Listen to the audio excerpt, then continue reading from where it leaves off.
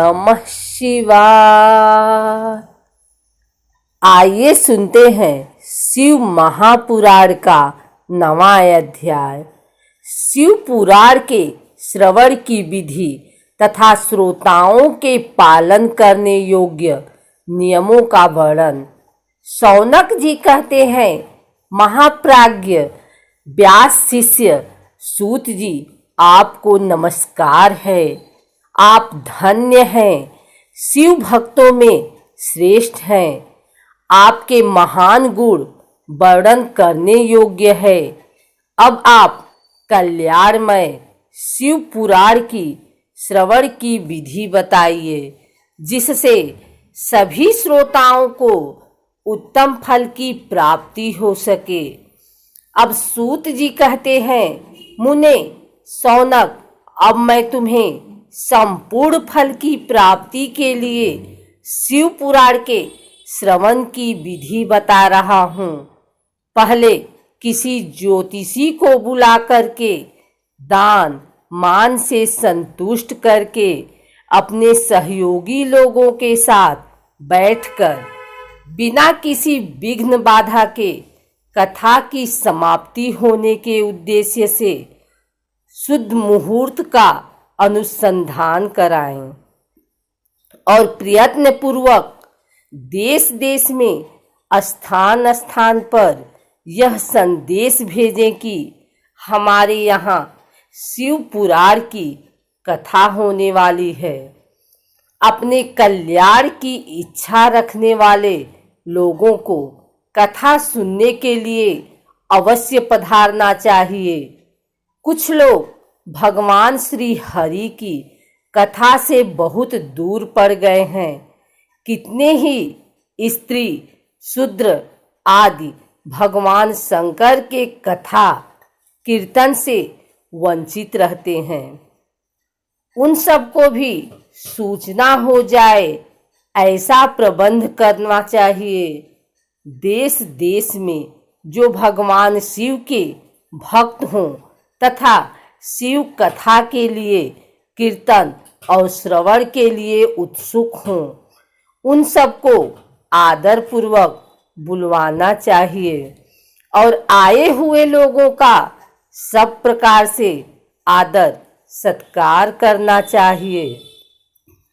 शिव मंदिर में, तीर्थ में, वन प्रांत में अथवा घर में शिव पुराण की कथा सुनने के लिए उत्तम स्थान का निर्माण करना चाहिए।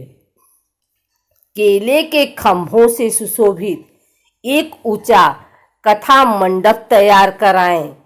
उसे सब ओर फल फूल आदि से तथा सुंदर चंदोवे से अलंकृत करें और चारों ओर ध्वजा पताका लगाकर तरह तरह के सामानों से सजाकर सुंदर शोभा संपन्न बना दें। भगवान शिव के प्रति सब प्रकार से उत्तम भक्ति करनी चाहिए। वहीं सब तरह से आनंद का विधान करने वाली है। परमात्मा भगवान शंकर के लिए दिव्य आसन का निर्माण करना चाहिए तथा कथावाचक के लिए भी एक ऐसा दिव्य आसन बनाना चाहिए जो उनके लिए सुखद हो सके। मुने नियम पूर्वक कथा सुनने वाले श्रोताओं के लिए भी यथा योग्य सुंदर स्थानों की व्यवस्था करनी चाहिए।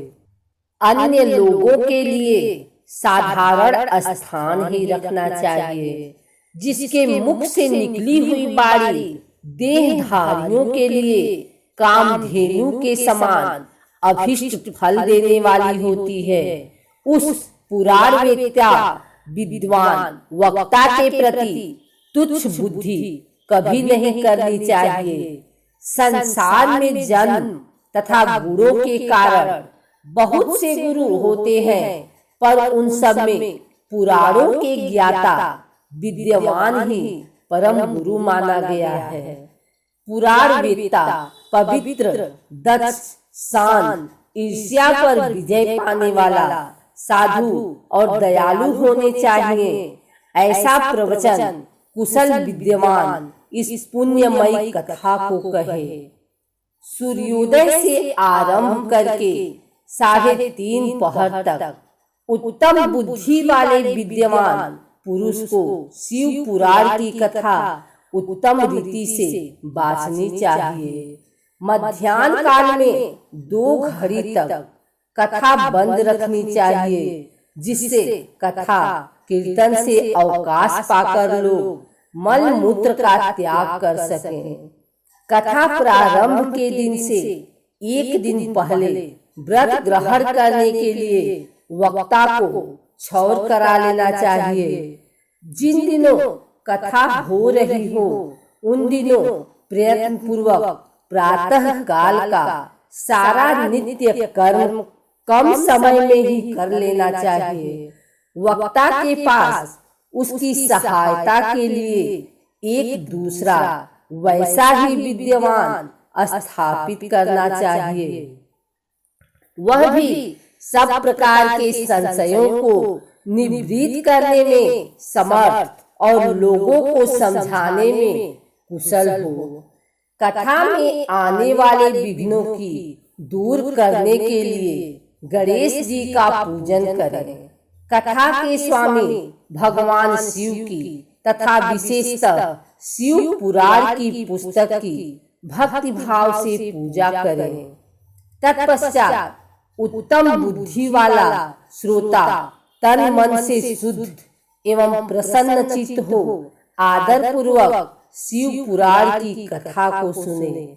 जो वक्ता और श्रोता अनेक प्रकार के कर्मों में भटक रहे हों, काम आदि 6 विकारों से युक्त हों, स्त्री में आसक्त रखते हों और पाखंडपूर्ण बातें कहते हों, वे पुण्य के भागी नहीं होते। जो लौकिक चिंता तथा धन, घर एवं पुत्र आदि की चिंता को छोड़कर कथा में मन लगाए रहते हैं, उन शुद्ध बुद्धि पुरुषों को उत्तम फल की प्राप्ति होती है। जो श्रोता श्रद्धा और भक्ति से युक्त होते हैं, दूसरे कर्मों में मन नहीं लगाते और मौन, पवित्र एवं उद्वेग शून्य होते हैं, वे ही पुण्य के भागी होते हैं।